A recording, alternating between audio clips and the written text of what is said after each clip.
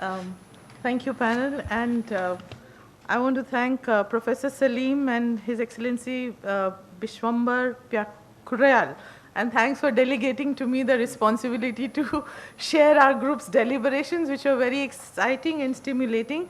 And the chairperson ensured that we stayed to the three questions that were asked to us.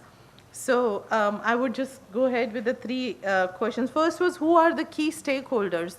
In our group, we said that some of the, keeping in mind the SDG Goal 8, the primary stakeholders for this are the unemployed youth, which is a feature common across the region.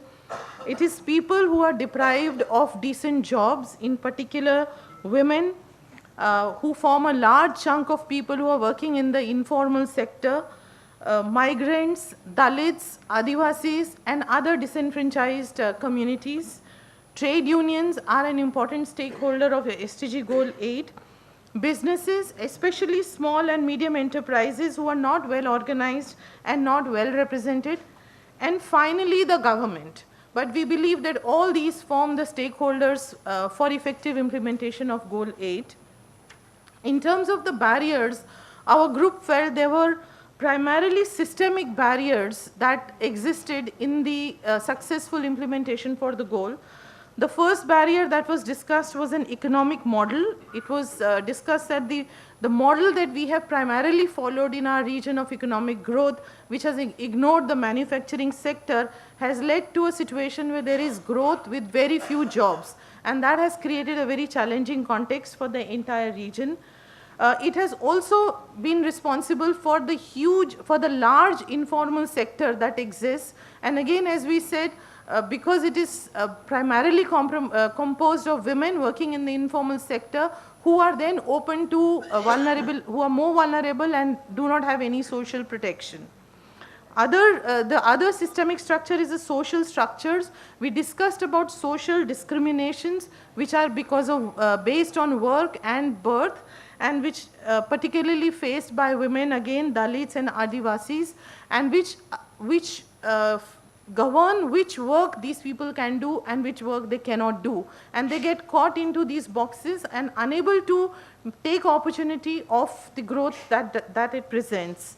Unpaid care work was especially mentioned as an important obstacle for women, which the reports, as we all know, there are UN reports which talk about how women disproportionately shoulder the burden of unpaid care work, and which also leads their, makes them participate in the workforce on a very unequal footing. Government policies, which are well-intentioned, but many times limited on paper, they do not engage with the labor market on a real-time basis. Many of them are also, there are skill programs across the regions which governments have undertaken.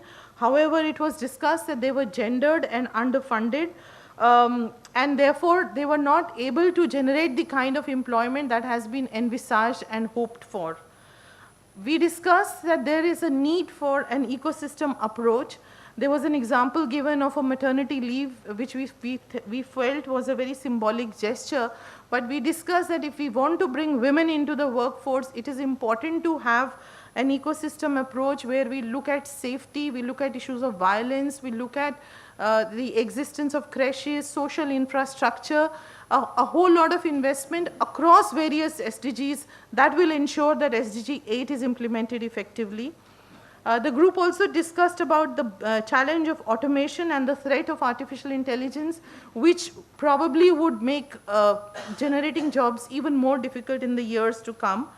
And the lifestyle patterns, overconsumption, wastage, and lack of efficiency was shared as another challenge. Some of the solutions that we discussed, the first was that the government must take lead on policy making, but in a context that the region faces of inequality and all the challenges we have mentioned. The feeling in the group was that the government cannot restrict itself to policy making. It needs to become more active. Public investment in employment and job creation was shared as one important way which can help disrupt some of these disparities that we are talking about and inequalities. To encourage private investment such that the small-scale investors can be helped with adequate policies and to create jobs. Skilling programs need to be flexible and must incorporate life skills and rights-based education, and they should be accessible to resource-poor women and men. Labor augmenting technologies instead of labor replacing technologies need to be looked at. And most importantly, all the stakeholders need to work on social norms and attitudes, which are one of the primary deterrent to people getting decent jobs. Thank you very much. Thank you. May I now request Dr. Mustafizur Rahman, Distinguished Fellow at CPD Dhaka, to make a presentation. Dr. Mustafizur Rahman, Distinguished Fellow, CPD Dhaka, to summarize the discussion on SDG 10. Mustafizur, it's a limited over. Yeah. Yeah, we are doing good in limited overs, as you know. Thank you, Chair.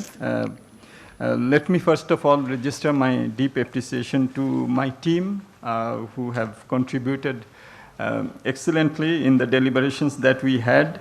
And we had two initial comments from Ms. Chintani and Mr. Omitabo Behar, and I'm very grateful for their inputs in the discussion, and also all of our colleagues. What we have decided is that SDG 10, reducing inequality within and across countries, is the fulcrum SDG, in the sense that if we look at the SDGs, the three pillars, then first is the economic growth and second is the social inclusiveness. So what we find is that inequality, if we can address inequality, we can not only guarantee social inclusiveness, but addressing inequality has also emerged as a major factor in terms of economic growth. And what we see from global literature as well, that countries which start with lower inequality, they tend to grow faster.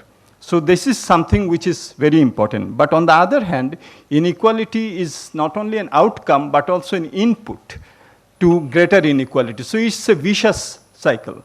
So that was the general pattern. And in spite of the fact that in South Asia we have done quite good in terms of reducing poverty and the percentage of people and the number of people below the poverty line, but what we see from evidence is that in almost all the South Asian countries, inequality is increasing. And we have data for India, Bangladesh, Bhutan, Sri Lanka, Pakistan. We see that if we take Gini coefficient, then the Gini coefficient of inequality is increasing. And we also see that across the countries, across the world also, the 99% movement and the 1% having 50% of the global wealth. So what we find is that in terms of consumption inequality, there has been some improvement because of the social safety net programs, but in terms of income inequality and wealth and asset inequality, there has been a deterioration. So we have to keep that in mind. And keeping that in mind, we try to identify three issues: identification of the reasons of inequality, the nature of the vulnerabilities, and how to go forward. And we see that one of the major reasons of inequality is as was very rightly mentioned by Mr. Professor Omitabo Kundo, is the structural reasons of the inequality, particularly education and health. And if you look at, and he has very rightly mentioned that, and some of the evidence also says that 25% of the, in terms of HDI, the major reasons is structural inequalities, access to education and health, originating from lack of those. So this is one which came out very sharply. The other that came out in the discussion was some of the laws and regulations in our countries, which also perpetuates inequality. Laws and regulations which go against those who are in socially backward in our societies. The other reasons is also we find the identification. We find that those where the fiscal contribution is relatively less, allocation is relatively less, there also some of the reasons of the inequality also comes up. In Bangladesh, for example, Dr. Deopriya Bhattacharya, in the context of Bangladesh, we have identified 12 indicators of vulnerabilities. And what inspired from the discussion is that it is contextual. In some countries, the inequality arises from lack of, for example, infrastructure. In Nepal and in Bangladesh, remoteness. So those are the reasons where the inequality in income originates. But we also see that the nature of inequality is just not the income inequality, but also, for example, dignity is also, for example, it was mentioned that Dalits, for example, it's also associated with issues of dignity. In some areas, it is regional inequality, gender dimension of inequality. So all of these will have to be addressed if we want to address the issues of inequality. So in terms of how to address it, one issue that came up very strongly is that our allocation for education and health, it's not only it's in South Asia, it's less than, for example, in case of health, WHO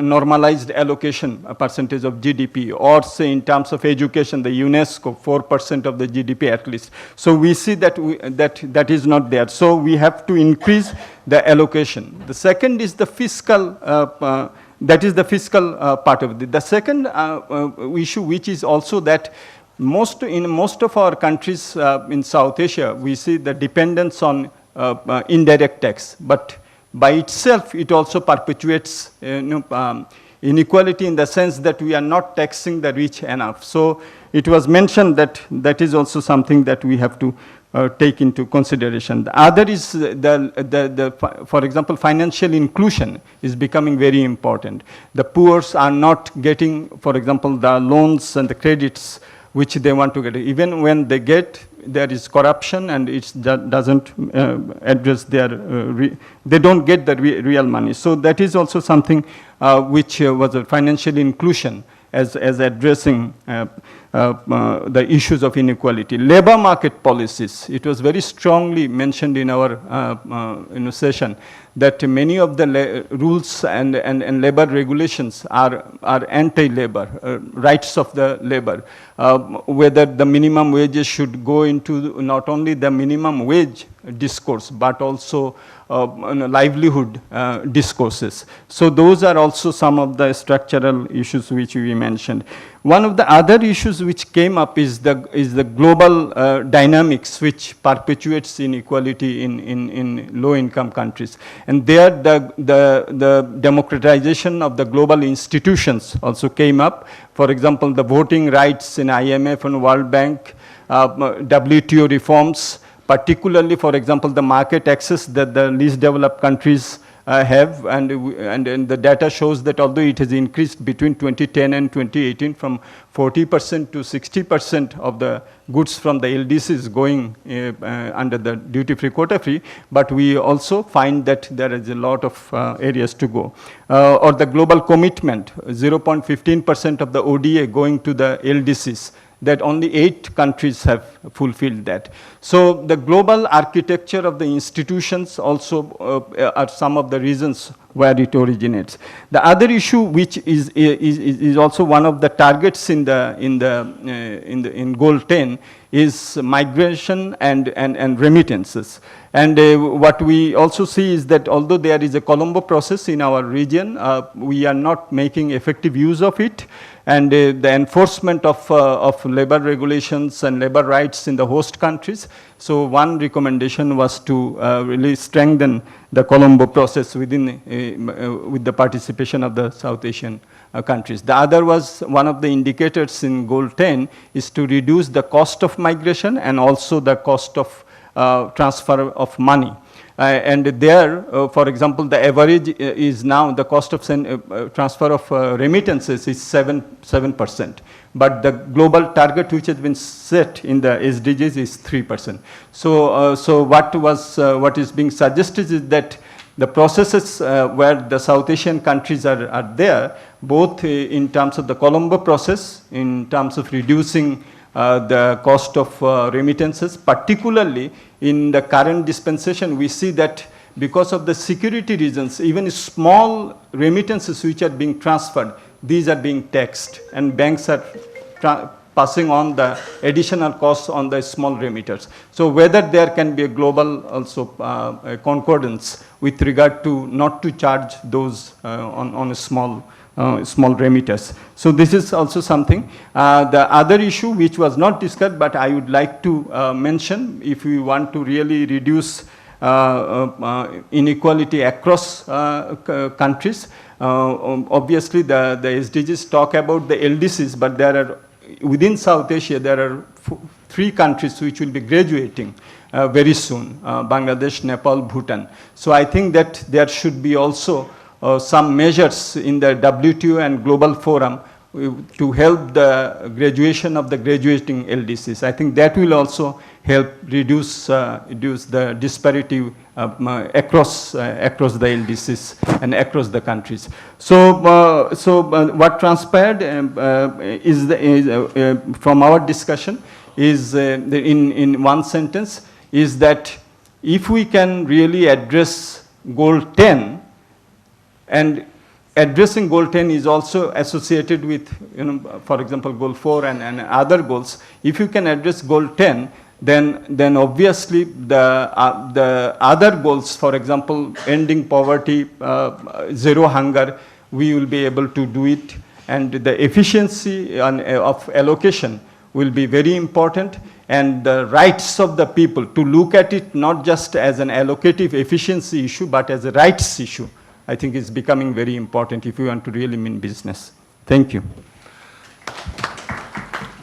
Thank you, Dr. Rahman. You have done an excellent summary of the discussion around SDG 10 within a strong normative framework of balanced regional development, balanced in terms of reduction of inequality within as well as across the countries. May I now request Mr. Sonam Wangadi, he's the Secretary, National Environment Commission, Bhutan. He will present us the perspective on SDG 13.